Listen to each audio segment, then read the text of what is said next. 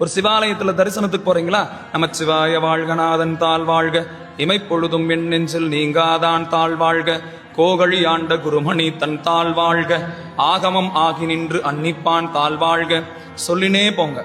அப்ப தொடர்ந்து நாம் நிறைய நேரம் இறைவனை தரிசனம் செஞ்சவங்களா ஆகும். கருவறைக்கு முன்னாடி நாம் சாமி பார்க்கறது என்னமோ ஓரிரு நிமிடங்கள் தான் இருக்கும்.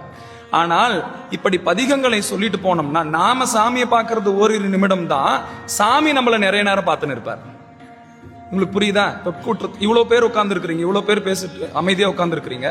யாராவது ஒருத்தர் அங்க பேசினாங்கன்னா இங்க என்னுடைய கவனம் அங்க போகுது இல்ல, அங்க போகுது. அது மாதிரி வரிசையில எத்தனை ஆயிரம் பேர் வந்தாலும் இறைவனை தரிசனம் செய்யறதுக்கு அந்த நேரத்தில் அந்த கூட்டத்துல யாராவது திருமுறைகள் சொல்லின்னு வந்தாங்கன்னா எல்லார் கவனமும் சாமி மேல இருக்கும், சாமி கவனம் அவங்க மேல இருக்கும். இப்போ நம்ம கவனம் சாமி மேல இருக்கிறது முக்கியம் தான், ஆனா அதை விட முக்கியம் சாமியினுடைய கவனம் நம்ம மேல இருக்கணும் தானே. சாமியினுடைய கவனத்தை நம்ம மேல ஈர்க்கிறதுக்கு ஒரே ஒரு வழிதான், அது தமிழ் தான். தமிழுக்கு அவர் கட்டுப்படுறாரா இல்லையா? அந்த தமிழுக்கு அவர் கட்டாயம் ஓடி வர. தமிழ் சொல்ல வல்லார்க்கு வினை இல்லையாமே.